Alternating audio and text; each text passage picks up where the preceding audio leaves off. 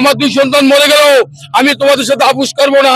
আমার মাকে ইন্ডিয়ার আম মেরে ফেলছে, এই মাটি আমার মার, খালেদা জিয়ার এই মাটি তুই আমার মা যাই নাই। আল্লাহ, আমার মাকে তুমি জান্নাতে দাও। আমি আমার মাকে কিডনি দিতে আসছিলাম এরপর হাসপাতালের সামনে, আমার মাকে টঙ্গ দিতে পারলাম না। আজকে আমার মাকে শেষ বিদায় দেখতে আসছি, শেষ জানাজা করতে আসছি। আমার মাকে ইন্ডিয়ার আম মেরে ফেলছে।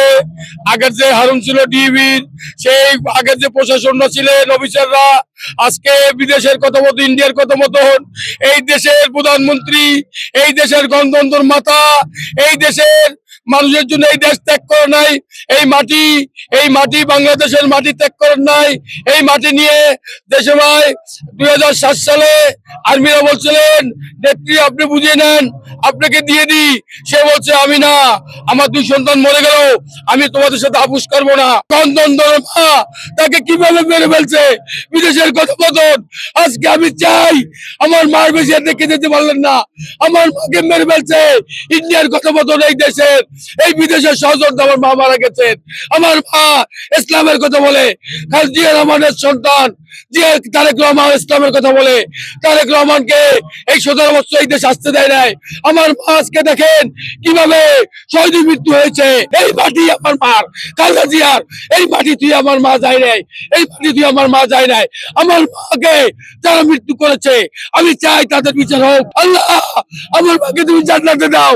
খালেদা জিয়াকে আল্লাহ, আমার মাকে যারা খুন করেছে, আমার মাকে এই দেশের হাউসিং নেত্রী, এই দেশের জন্য এই বহুত কিছু।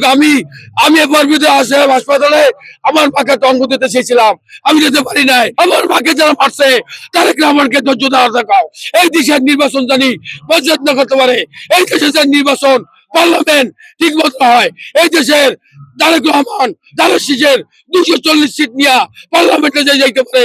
তোমরা সবাই সব দেওয়া করবা। আমার মা জানি পার্লামেন্টে যেতে পারে ইনশাআল্লাহ। আমার মা মরে গেছে, আমার ভাই জানি পার্লামেন্টে যেতে পারে, সেই দোয়া করবা।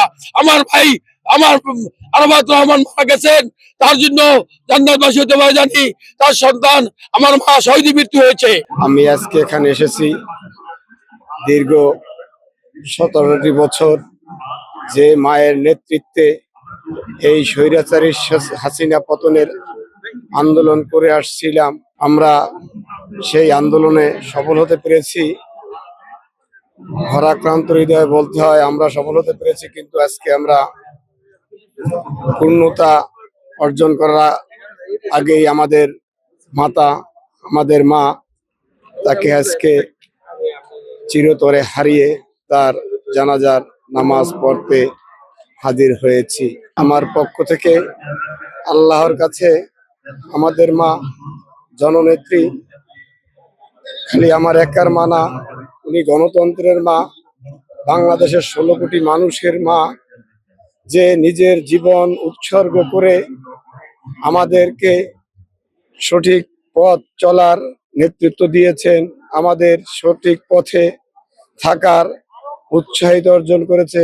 সেই মায়ের জানাজা পড়ার জন্য আমরা আজ ফিরোজপুর থেকে এই কনকনে শীতের রাত্রে শীত উপেক্ষা করে আমরা এই ঢাকার উদ্দেশ্যে মায়ের জানাজায় হাজির হয়েছি। এতটুকু যে আল্লাহর কাছে ফরিয়াদ, আমরা যেন আমার মায়ের জান্নাতবাসী করেন, মা যেন সর্বোচ্চ মর্যাদা নিয়ে জান্নাতে প্রবেশ করতে পারে।